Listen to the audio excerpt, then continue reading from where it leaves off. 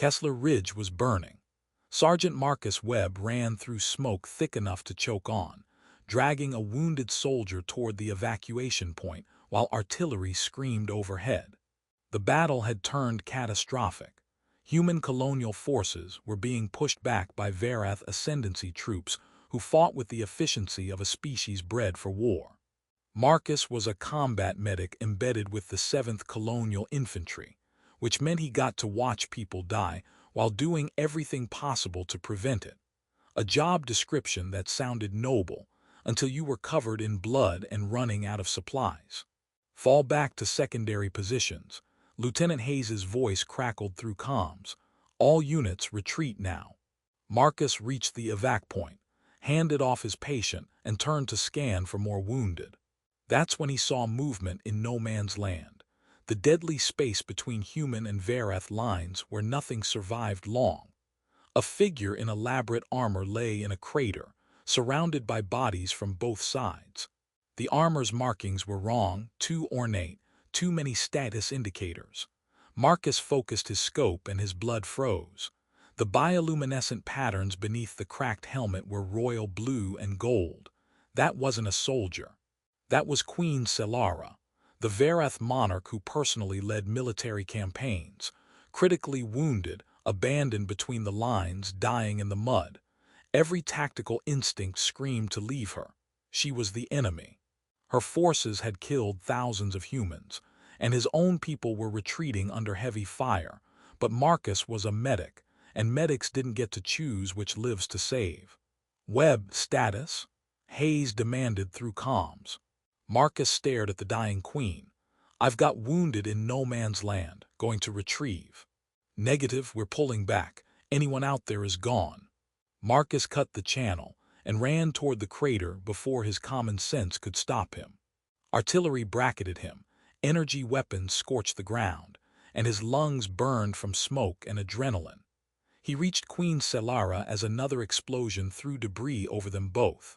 She was barely conscious, her elaborate armor shattered by close-range detonation, bioluminescent markings flickering gray, dying. Marcus didn't have time for gentle treatment.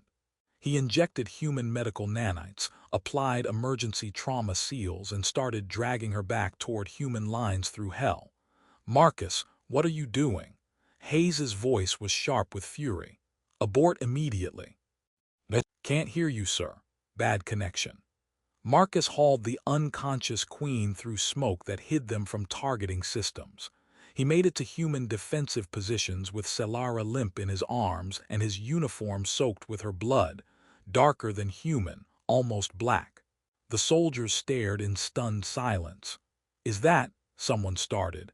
Get me a medical station now. Marcus didn't wait for questions. She's critical. I need surgical equipment and someone who knows Verath biology.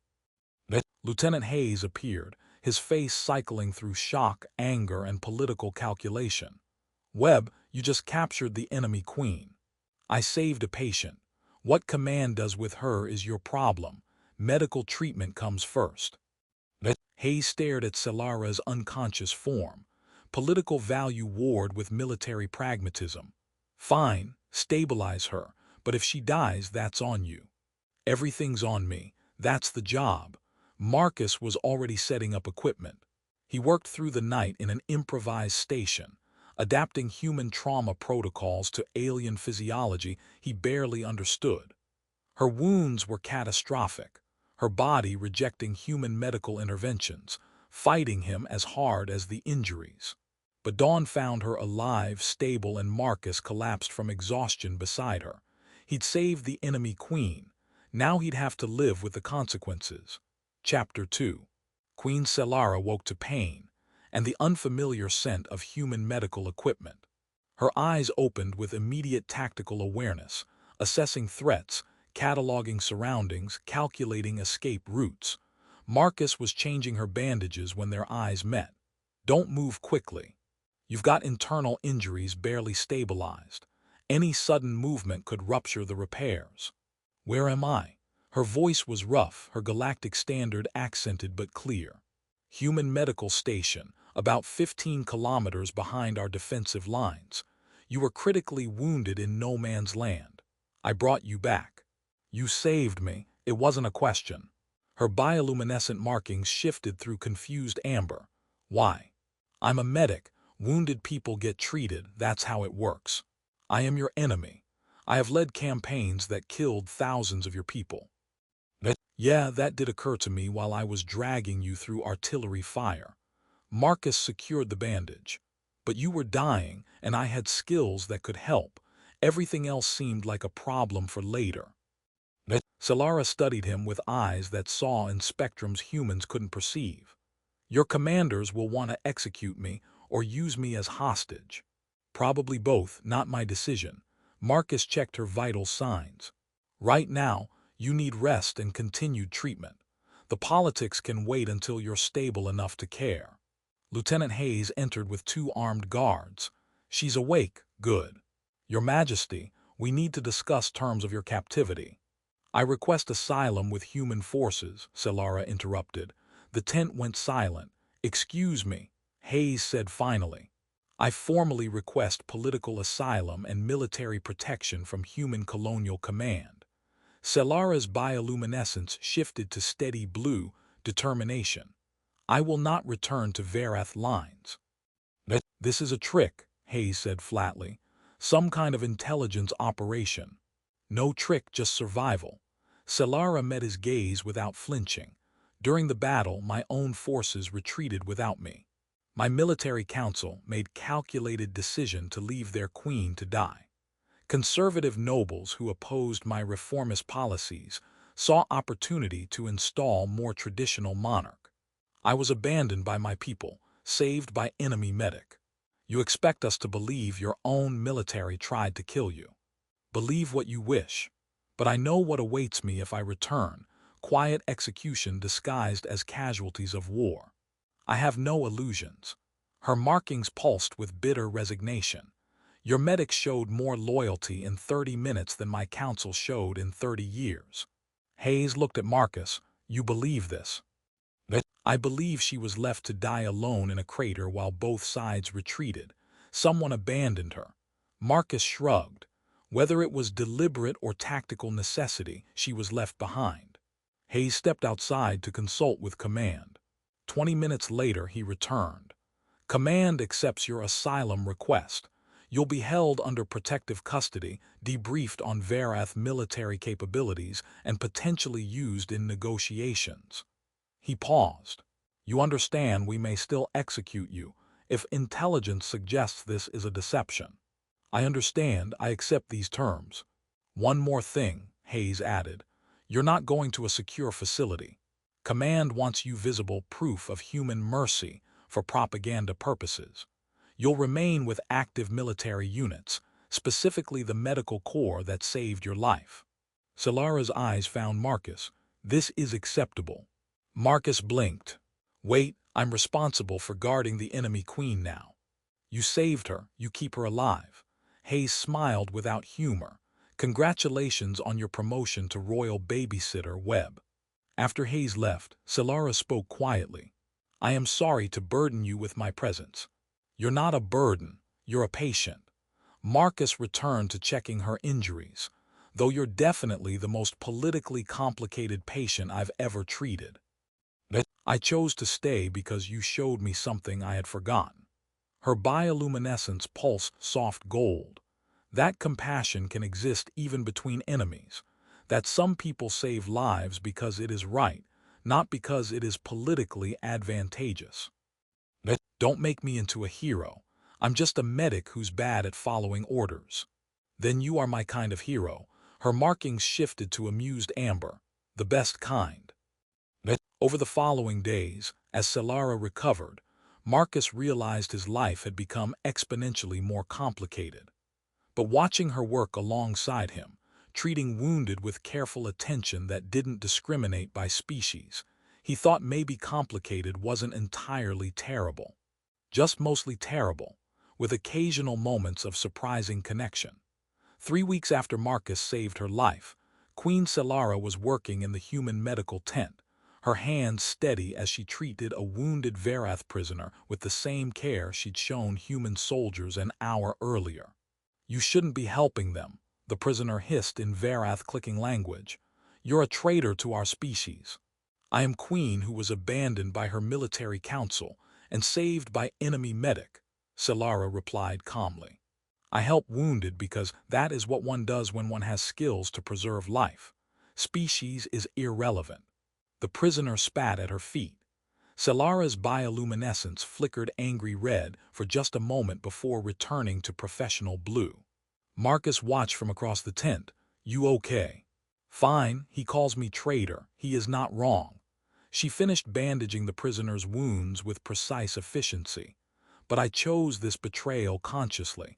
That makes it bearable. The human soldiers were equally uncomfortable.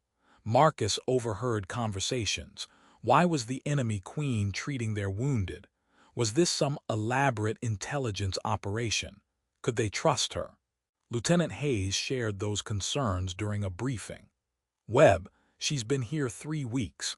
Command is getting nervous about operational security. She's observing our medical protocols, our supply chains, our defensive positions. She's also saved 17 lives that would have died without her knowledge of Verath physiology, Marcus interrupted. 3 of them human soldiers who you'd have written off as unsavable casualties. That doesn't mean we can trust her. No, but it means she's valuable. And if she wanted to sabotage us, she's had dozens of opportunities. Marcus gestured toward the medical tent where Selara was visible through the canvas, working alongside Dr. Patel. She works 20-hour shifts, Hayes. She grieves when patients die regardless of species. She's not playing games. Hayes was silent for a moment. Command wants to know why she hasn't tried to escape or make contact with Verath forces. Ask her yourself. She's brutally honest about everything else. That evening Hayes did ask. Selara's response was characteristically direct. I have nowhere to go. My military council declared me casualty of war. If I return, I will be quietly eliminated to prevent embarrassment of failed assassination. If I flee to neutral territory, I am powerless exile without resources or purpose. Her bioluminescence pulsed steady blue. Here I contribute. I use my knowledge to save lives. That has meaning. Empty survival does not. You could negotiate return to power. You're still queen. I was queen through heredity and ceremony. Here I am valuable through action and skill. Selara's ears angled forward defiance. I prefer the latter. Marcus and Selara's working relationship deepened into something neither quite knew how to name. During long night shifts with only the wounded and each other for company, they talked. Why did you become medic? Selara asked one night, suturing a wound with techniques Marcus had taught her. Lost someone I couldn't save. Figured I should learn how to save others so that feeling would happen less often. Marcus didn't elaborate. Why did you lead military campaigns personally? Most monarchs command from safety. Because asking others to die for causes I was unwilling to die for seemed cowardice. Her bioluminescence dimmed with old pain. My mother was assassinated by conservative faction who opposed her reforms. I learned early that safety is illusion for those who challenge status quo. Your military council, the ones who abandoned you, they were conservative faction. Yes, they opposed my attempts at diplomatic resolution with human colonies, my efforts to modernize Verath society, my belief that endless conquest is unsustainable. She smiled bitterly. They saw war as opportunity to eliminate reformist queen and install traditional monarch. Very efficient solution to political disagreement. I'm sorry. Don't be. They showed me truth about loyalty built on ceremony versus loyalty built on action. You risked your life for enemy you had no obligation to save. They abandoned their queen to preserve their political power. I know which loyalty has more worth. The crisis came in the 4th week. Intelligence reported Verath forces planning targeted assault on the medical facility where Selara was located. Her former military council had officially declared her a traitor and ordered her execution. We need to evacuate, Hayes said during emergency briefing. We can't defend this position against a full assault. We have 43 patients who can't be moved, Marcus interrupted. Evacuation isn't possible. Then we leave them. Priority is removing the queen before. No, Selara's voice was quiet but absolute. I will not abandon wounded to save myself. That is precisely what my council did to me. I refuse to repeat their cowardice. Your Majesty, you're the political asset. I am former queen who chose to stay with people who showed her compassion. That choice means nothing if I flee when staying becomes dangerous. Her bioluminescence blazed defiant gold. We defend this position, all of us. The assault came at dawn. Verath forces hit the medical facility with precision that spoke of inside knowledge. They knew exactly where Selara would be. Marcus found himself fighting alongside the queen he'd saved, her wielding a captured Verath weapon with deadly grace, him providing covering fire and dragging wounded to cover. The battle was desperate, close, brutal. Selara killed 3 Verath soldiers who breached the tent where human wounded lay defenseless. Her bioluminescence flickered with anguish even as her hands remained steady. When reinforcements finally arrived and the Verath assault retreated, Marcus found Selara sitting among the wounded she defended, her markings dim gray. I killed my own people, she whispered, to protect yours. Marcus sat beside her. You protected people who couldn't defend themselves. Species didn't matter. It matters to me, it should matter. Her voice broke. I am truly exile now, no going back from this. No, Marcus agreed quietly. But going forward, you're not alone. That counts for something. Her bioluminescence slowly shifted from gray to soft blue. Acceptance, grief, determination combined. She'd chosen her side. Not based on species, but on who had shown her compassion when her own people showed her abandonment. 6 months after Marcus saved Queen Selara on Kessler Ridge, the war had ground toward an uneasy ceasefire. Diplomatic channels reopened, and Selara's presence became a complicated asset in negotiations. A Verath royal advocating for peace, lending unexpected legitimacy to human diplomatic efforts. But she refused to leave the medical corps. Command wants you at the peace talks, Marcus told her one morning while they prepped the surgical bay. Your presence would carry significant weight. My presence carries weight here. Selara gestured at the recovery ward filled with casualties from both species. Politicians negotiate ceasefires. We save the lives those negotiations cost. I know which work has more meaning. You were a queen. You commanded armies. I was queen who commanded through inherited authority and ceremony. Her bioluminescence pulsed steady blue. Here, I contribute through skill and action. I prefer this. The medical facility had evolved into something unprecedented, a joint operation where human and Verath medical personnel worked alongside each other, treating wounded regardless of species. Selara's presence made it possible. Her willingness to work in mud and blood alongside soldiers from both sides challenged assumptions on every level. One afternoon, a young Verath prisoner, barely into adulthood, was brought in with severe injuries. He recognized Selara immediately, his bioluminescence flashing confused amber. Your Majesty, but they said you were dead. They said humans executed you. They lied. Humans saved me when my own forces abandoned me. Selara examined his wounds with professional efficiency. Hold still. This will hurt, but you will survive. Why do you help them? Why do you stay with enemies? Because they are not enemies. They are people trying to survive same war we fight. And because the human who saved me showed more honor in one desperate rescue than my entire military council showed in 30 years. She worked carefully, her movements gentle despite her words. I chose to stay because here, my worth is measured by what I do, not by title I inherited. The young soldier was silent for a moment. The new queen, the one the council installed, she says you betrayed our people. Perhaps I did, or perhaps I chose a different loyalty, to values rather than species, to compassion rather than conquest. Selara's markings pulsed thoughtful amber. History will decide which was betrayal and which was courage. I know what I believe. Marcus watched the exchange from across the tent, impressed by how Selara handled each challenge to her choices with honest reflection rather than defensive anger. That evening, they sat together reviewing casualty reports, a grim ritual they'd developed over months of working side by side. "Do you regret saving me?" Selara asked, watching Marcus's exhausted expression. "Politically, I created massive complications for your people. Some days, yeah, you're a walking diplomatic incident." Marcus managed a tired smile. "But medically, I did my job. Personally, I'm glad you stayed. I had nowhere else to go. My people declared me dead. Yours gave me purpose.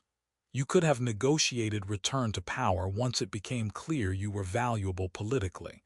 Leveraged your asylum for reinstatement. Power built on abandoning principles. No." Selara's bioluminescence shifted to warm blue contentment. "I watched you treat enemies with same care as allies, saw humans risk themselves for wounded regardless of species. That is leadership worth following. That is cause worth staying for." She paused, her markings shifting through contemplative patterns. "I was queen who commanded through ceremony and inherited authority.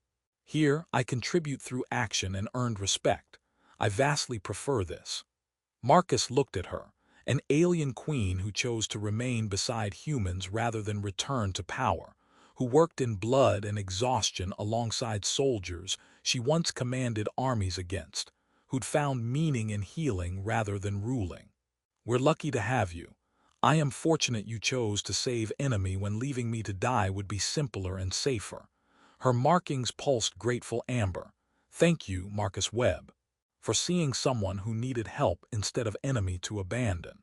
For showing me that loyalty is not about species or rank. It is about choosing to stand beside those who share your values."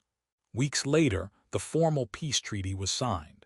Both sides had demanded Selara's presence, though for different reasons. The new Verath queen wanted to publicly denounce her as a traitor. Human diplomats wanted her as proof of their mercy. Selara attended but refused to play either role. Instead, she stood in her medical corps uniform and spoke plainly about what she'd learned. "I was abandoned by my people and saved by my enemy. I chose to remain with those who showed compassion over those who showed convenience. This war taught me that species loyalty matters far less than shared values. That healing is stronger than conquest.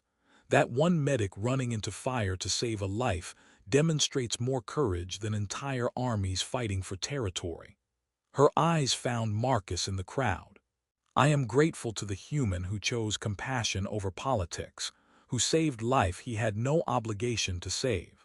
I hope this peace allows more such choices, to see people rather than enemies, to heal rather than harm, to build rather than destroy." The speech was controversial on both sides, but changed conversations in ways diplomatic language never could. Months after the ceasefire solidified, Marcus found Selara in the medical tent, reviewing supply requisitions. Mundane work for someone who'd once commanded armies.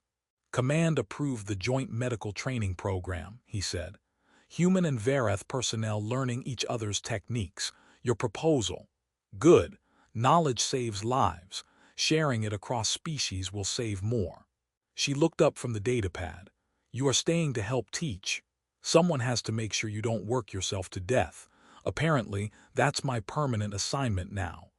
Selara's bioluminescence pulsed amused amber. "You complain about assignment that gave you royal colleague and friend. I complain about everything. It's part of my charm. Your charm is rescuing enemy queens and then acting annoyed about consequences." She smiled, a gesture that had taken months to become natural. "I am grateful for your annoying charm, Marcus Webb." They returned to work, a human medic and an alien queen, side by side in a medical tent that treated casualties from both species,